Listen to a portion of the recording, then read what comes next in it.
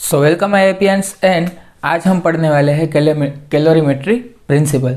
अब देखो calorimetry principal है, उसके बाद हम पढ़ेंगे laws of thermodynamics. So calorimetry principle क्या कहता है, देखो कि एक सिस्टम होता है, ये है सिस्टम 1 एंड ये है सिस्टम 2। अब कोई एक सिस्टम है, उसका मास है m1, टेम्परेचर है T1 और n1 मोलेक्यूल है गैस के, n1 मोल है और C1 उसकी स्पेसिफिक हीट है। और जो सेम टू सेम यहाँ पे बात करते हैं कि दूसरा जो हमारा सिस्टम है वो M2, T2, N2 and C2 इस तरह से mass, temperature, mole and specific heat अभी यहाँ पे उसके है। तो ये दोनों को अगर कांटेक्ट में लाते हैं तो टेम्परेचर डिफरेंस की वजह से हीट का ट्रांसफ़र होता है। तो टेम्परेचर डिफरेंस की वजह से जो हीट का ट्रांसफ़र होता है वो किस तरह से डिफाइन कर सकते हैं, heat given equal to heat taken. ये है हमारा सिंपलेस्ट फॉर्म और ये बेसिक प्रिंसिपल यहाँ पे है। तो देखो यहाँ पे heat given equal to heat taken है, वो किस तरह से लिख सकते, M1C1 और ये है डेल्टा T, और यहाँ पे M2C2 और डेल्टा T। अब यहाँ पे डेल्टा T का मतलब क्या है, यहाँ पे डेल्टा T का मतलब क्या है, देखो कि जो दोनों को मिला के जो फाइनल टेम्परेचर माइनस ये T1 इक्वल टू M2C2 और यहाँ पे T माइनस T2, सॉरी यहाँ पे T2 माइनस T आएगा। क्योंकि देखो अभी यहाँ पे बात करते हैं कि सपोज ये है 25 डिग्री सेंटीग्रेड पे और ये है 70 डिग्री सेंटीग्रेड पे। तो अब यहाँ पे इसमें क्या होगा कि 25 है, एक 70 है, तो ऐसा तो नहीं होगा कि यहाँ पे दोनों को कांटेक्ट में लाएंगे तो इसका टेम्परेचर 70 हो जाएगा, इसका 25 हो जाएगा। तो दोनों है वो 25 टू 70 के बीच में कहीं पे सपोज 50 है या तो 60 है, यहाँ पे उसका दोनों का मीन टेम्परेचर आएगा। तो फाइनल टेम्परेचर आएगा, उसी को हम क्या कहेंगे, T। ओके, अब ये हमारा T1 है, ये हो गया T2 सपोज यहाँ पे एजम्पशन है, और अगर फाइनल टेम्परेचर 60 मिल रहा है तो वो हमारा T हो जाएगा। अब इसको जनरलाइज फॉर्म में किस तरह से लिखते हैं कि summation over I and delta QI equal to 0। Clear, इस तरह से लिख सकते हैं हम। अब इसका मतलब है कि delta Q1 plus delta Q2 equal to 0। अब इसको अगर इंटीग्रेशन फॉर्म में लिखना है हमें तो क्या लिख सकते हैं, देखो Q1 हीट ट्रांसफ़र है कहाँ से कहाँ तक का, T1 से लेके T तक का। इनिशियल टेम्परेचर लो है और फाइनल टेम्परेचर हाई है। ओके, और M1C1 और टेम्परेचर का डिफरेंस dt प्लस अब Q2 है वो ऑलरेडी T2 टेम्परेचर पे है और यहाँ पे T तक जाता है। ओके, तो यहाँ पे M2C2 and dt equal to 0। अब बेसिकली यहाँ पे क्या होता है कि देखो T1 है वो एक लोअर टेम्परेचर है और T है जो हमारा फाइनल वो T1 से ज़्यादा होगा और T2 से कम होगा। क्लियर। अब यहाँ से अगर देखो यहाँ से if C1 and C2 are independent of temperature,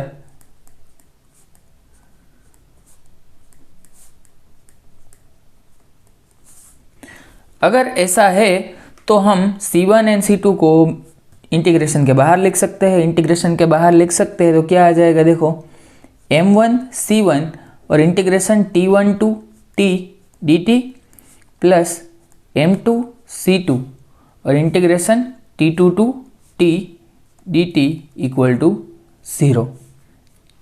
clear? Okay, अब यहाँ पे क्या लिख सकते हैं हम? M1C1 T minus T1 plus M2C2, और यहाँ पे लिख सकते हैं हम T minus T2 equal to 0। अब टेम्परेचर T है वो T1 से ज़्यादा है और T2 से अगर कम है, तो यहाँ पे देखो T माइनस T2 करेंगे, T माइनस T2 करेंगे तो ये टर्म माइनस में आएगा। ओके, तो यहाँ पे इसको इस तरह से लिख सकते हैं कि M1C1 T minus T1 equal to minus of M2C2 T minus T2। Okay, अब इसको कन्वर्ट कर सकते हैं हम M1C1 T minus T1 equal to M2C2 T2 minus T। Okay, तो ये बेसिक हमारा एक इक्वेशन आ गया। अब देखो यहाँ पे क्या हो रहा है, देखो हीट है T1 है, T1 is greater than T2 होगा। अगर इस तरह का है तो यहाँ पे क्या कह सकते हैं हम कि heat given by 1 and taken by system 2, और T2 है वो ग्रेटर है T1 से ज़्यादा, T2 is greater than T1। तो इसमें क्या कह सकते हैं कि हीट है वो टू ने दिया है किसको? सिस्टम 1 को। हीट ट्रांसफ़र 2 से लेके 1 तक हुआ है। ओके, अब ये जो इक्वेशन है देखो, अगर इस इक्वेशन को हम इस तरह से लिख सकते हैं कि if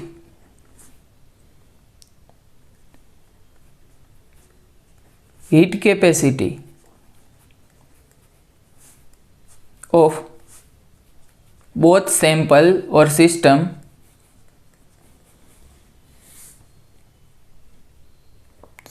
C1 and C2 are independent of temperature. Okay, तो क्या हो जाएगा, और मास दोनों का सेम है। इस तरह से अगर हम कंसीडर करते हैं तो क्या हो जाएगा, देखो C1 and T final minus T1 plus C2 T final minus T2 equal to 0। तो यहाँ से T फाइनल के लिए इक्वेशन आप लिखेंगे तो क्या आ जाएगा, देखो यहाँ पे ये पूरी टर्म है राइट साइड जाएगी और TF वाली टर्म से वो एक साइड आ जाएगी। तो C1 T1 plus C2 T2 divided by C1 plus C2, इस तरह का एक इक्वेशन बनेगा। यहाँ पे डिफरेंट फॉर्म्स हम लिख रहे हैं, दूसरा कुछ नहीं है, डिफरेंट केसेस लिख रहे हैं। सपोज एक केस ऐसा लेते हैं हम कि अगर बोथ हीट कैपेसिटीज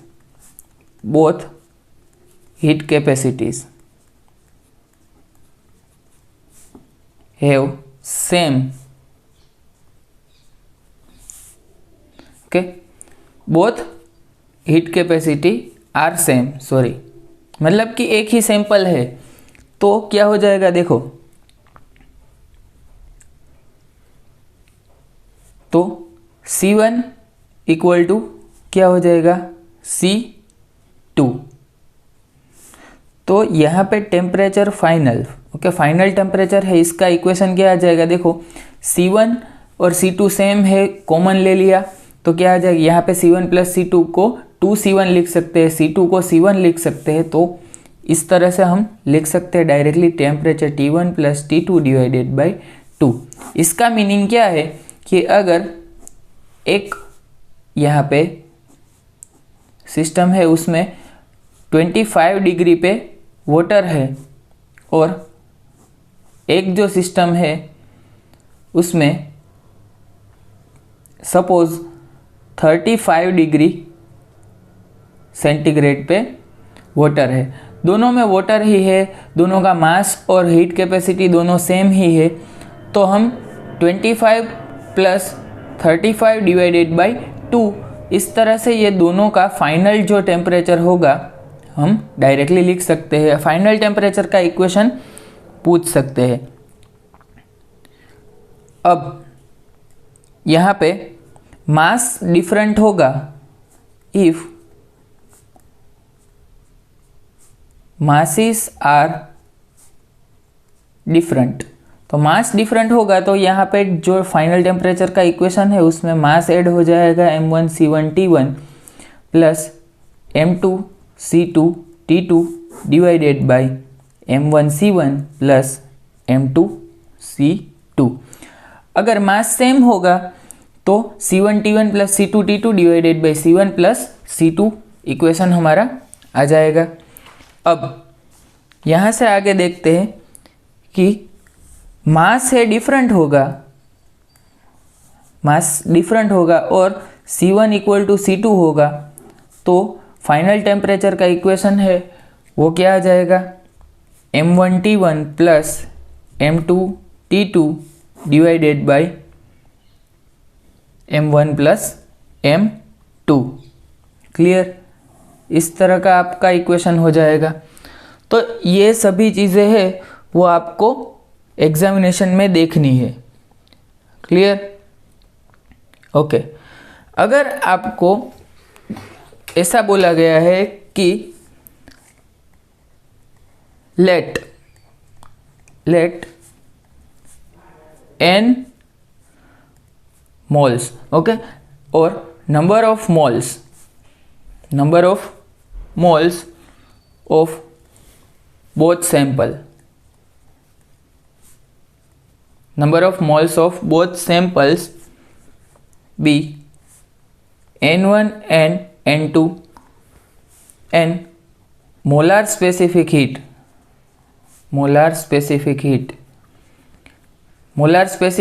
आपको दी है CM1 एंड CM2। तो फाइनल टेम्परेचर का इक्वेशन क्या आ जाएगा, देखो N1 and CM1 T1 plus N2 CM2 T2 divided by N1 CM1 plus N2 CM2। Okay, अगर फिर से हीट कैपेसिटी और मोलर स्पेसिफिक हीट है वो दोनों सैंपल के लिए सेम है, तो आप डायरेक्टली क्या लिख सकते हैं, CM1 equal to CM2। Okay, और फाइनल टेम्परेचर का इक्वेशन आप डायरेक्टली क्या लिखेंगे, N1T1 plus N2T2 divided by N1 plus N2। Clear, इस तरह से आप लिख सकते हैं। अब यहाँ पे एक क्वेश्चन पूछा गया था, देखते हैं वो क्वेश्चन। ओके, कि देखो यहाँ पे नेट जून 2013 में ये क्वेश्चन पूछा गया है कि a vessel has two compartments of volume V1 and V2 containing an ideal gas at pressure P1 and P2 and temperatures T1 and T2 respectively. If the wall separating the compartments is removed, the resulting equilibrium temperature will be, और option है वो P1 T1 और V1 T1, इस तरह से options दिए गए हैं। तो नेट जून 2013 का क्वेश्चन है वो हम देखते हैं। तो क्वेश्चन है वो क्या कह रहा है, देखो क्वेश्चन क्या कह रहा है कि यहाँ पे एक वॉल से इस तरह से सेपरेट किया गया था, यहाँ पे P1 यहाँ पे P2 और टेम्परेचर T1 एंड T2 है, वॉल्यूम है इसका V1 है, इसका V2 है। ओके, तो अब हमें क्या करना है कि ये वॉल अगर हम निकाल लेते हैं तो ये इक्विलिब्रियम में आ जाएगा। तो इक्विलिब्रियम में आने के बाद जो रिजल्टिंग इक्विलिब्रियम का टेम्परेचर टी फाइनल हमें फाइंड आउट करना है। तो टी फाइनल हमें फाइंड आउट करना है तो हम क्या करेंगे, देखो टी फाइनल का इक्वेशन हमें यहाँ पे पता है कि N1 T1 plus N2 T2 divided by क्या कह सकते हैं, N1 प्लस N2। ये इक्वेशन है। तो हम क्या करेंगे कि PV इक्वल टू nRT को यूज़ करेंगे। तो हम क्या कह सकते हैं, देखो NT की जगह पे PV बाई R लिख सकते हैं। PV by R equal to NT।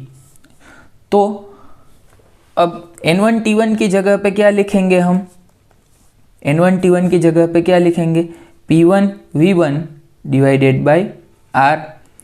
देखो R है, गैस कांस्टेंट है तो R है वो सिर्फ R ही रहेगा, R1 मत कर देना। और यहाँ पे P2 V2 divided by R। और N1 प्लस N2 है, यहाँ पे N1 की जगह पे क्या लिखेंगे, PV बाई RT लिख सकते हैं। तो PV मतलब कि P1 V1 by R T1 plus P2 V2 by R T2। तो यहाँ से आप डायरेक्टली क्या लिख सकते हैं, देखो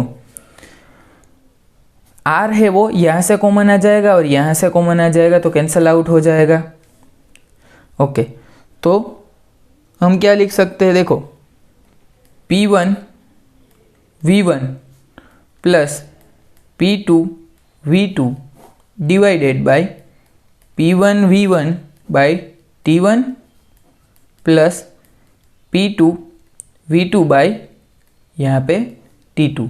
यहाँ पे भी R कॉमन आ गया, यहाँ पे भी R कॉमन आ गया, दोनों कैंसिल हो गए। क्लियर। तो हमारा देखो यहाँ पे आंसर क्या आ जाएगा, देखो P1 V1 plus P2 V2 divided by P1 V1 by T1 plus P2 V2 by T2। ये C आंसर हमारा करेक्ट हो गया। समझ गए? ओके। सो इस तरह से कैलोरीमेट्री प्रिंसिपल के बेस पे क्वेश्चंस पूछे जाते हैं। देखो एक प्रॉब्लम से उसमें अगर बात करते हैं तो एक प्रॉब्लम यहाँ पे लिखा है कि suppose 10 gram of water eight 70 degree centigrade is mixed with 50 gram of water at 30 degree centigrade in thermally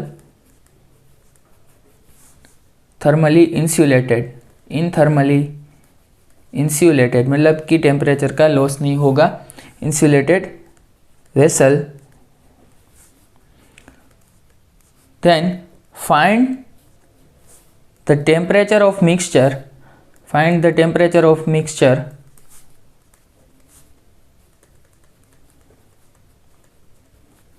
in thermal equilibrium. अब हमें क्या करना है, फाइंड करना है थर्मल इक्विलिब्रियम में टेम्परेचर। तो फाइनल टेम्परेचर के लिए हमें पता है, और पहले तो देखो सेम फेज और सेम कंटेंट है, मतलब कि सेम सिस्टम है, वाटर है, यहाँ पे भी वाटर है।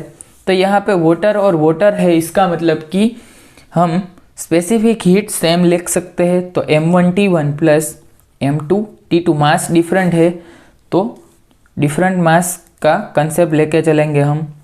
इस तरह से आप डायरेक्टली इक्वेशन पुट कर सकते हैं। तो यहाँ पे क्या आ जाएगा, देखो M1 मतलब कि 10 ग्राम और उसका टेम्परेचर है 70, ओके। और यहाँ पे है मास है 50 और इसका टेम्परेचर है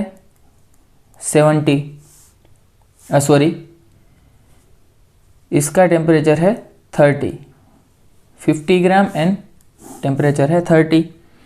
ओके, तो यहाँ पे 10 + 50 इस तरह से लिख सकते हैं।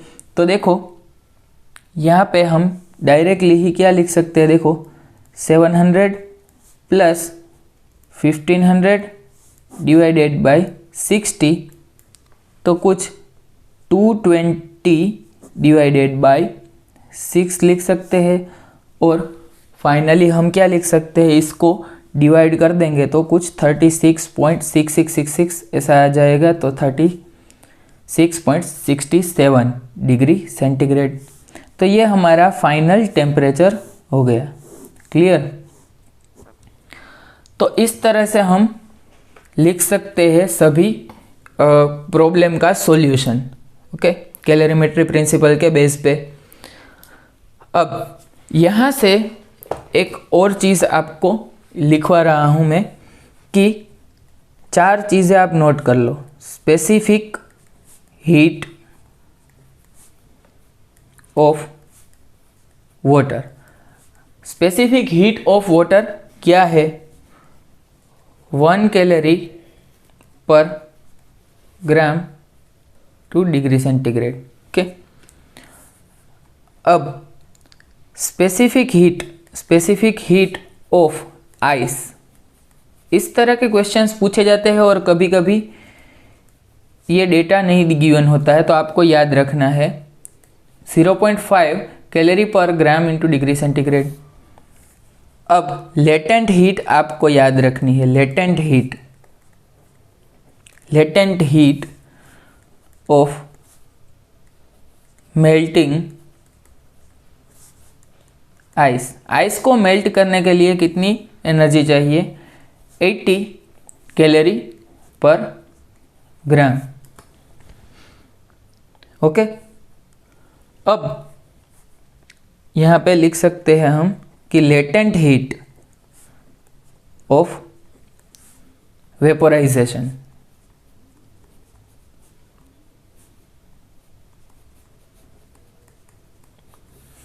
कितनी है? 540 कैलोरी पर ग्राम। क्लियर? तो ये आपको याद रखना है। इसके बेस पे मैं प्रॉब्लम बता रहा हूँ कि 10 gram of ice at 0 degree centigrade is mixed with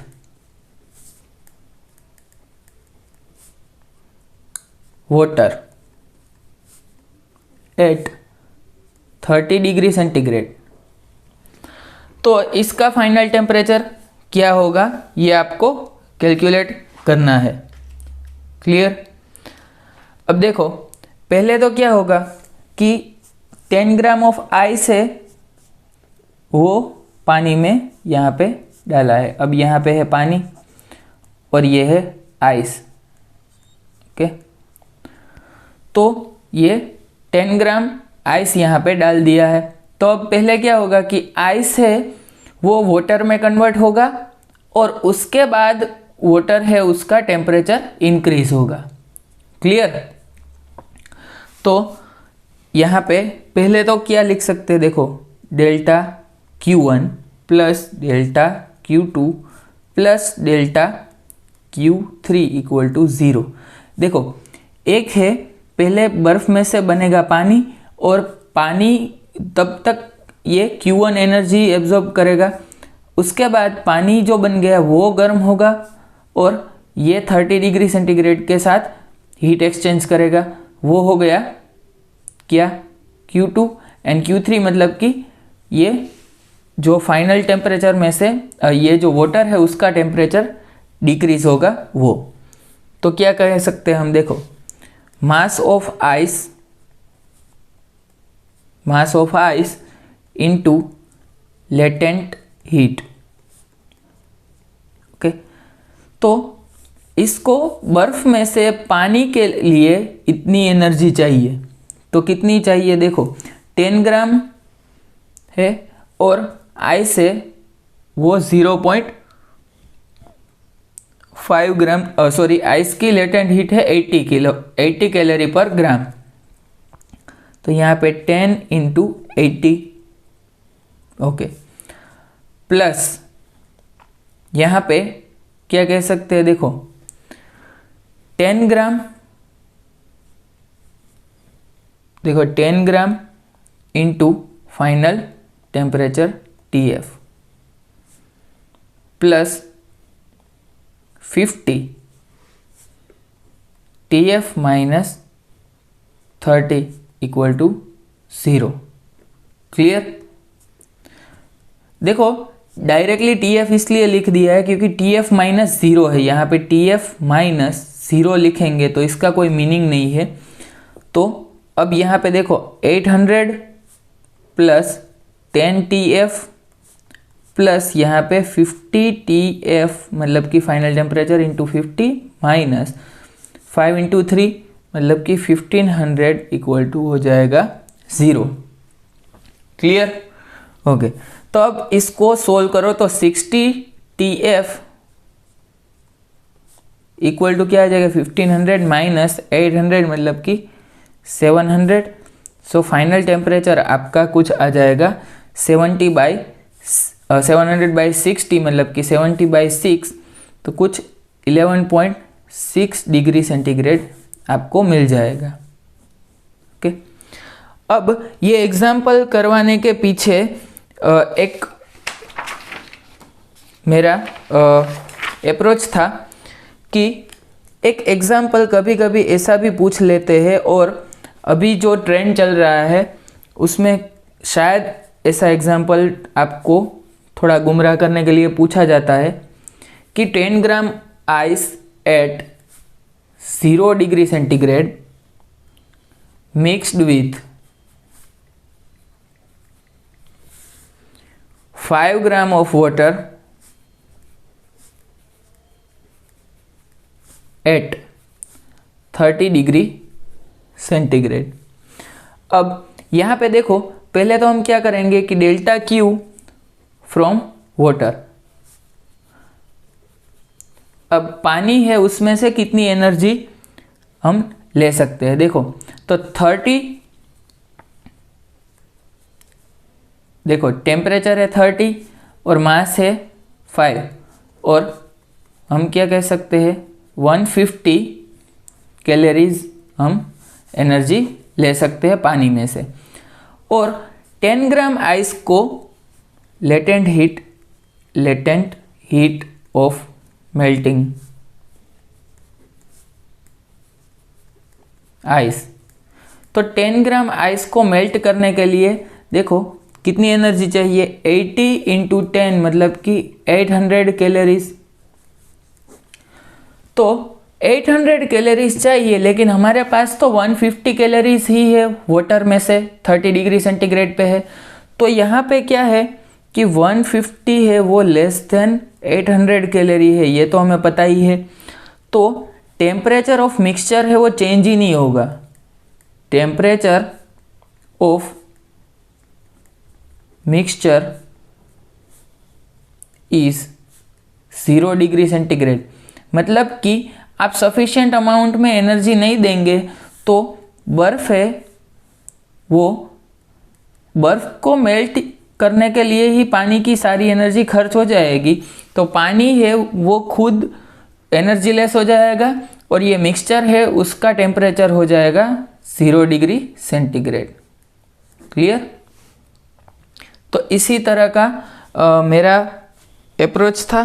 अब यही अप्रोच से ये क्वेश्चन देख लो कि 10 gram of ice at 0 degree centigrade is added to beaker containing 30 gram of water at 25 degree centigrade. What is the final temperature of the system when it comes to thermal equilibrium? Okay, तो ये specific heat of water 1 calorie per gram degree centigrade and latent heat दिया गया है 80 calorie per ग्राम। और ये question net जून 2013 में पूछा गया था, और इसका आंसर आपको पता है ए ऑप्शन आएगा 0 डिग्री सेंटीग्रेड। तो इसी वजह से मैंने आपको ये प्रॉब्लम है वो करवाया है, और बेसिकली ये प्रॉब्लम नेट 2013 में पूछा गया था। तो इसके बाद हम नेक्स्ट देखने वाले हैं लॉज ऑफ थर्मोडाइनमिक्स।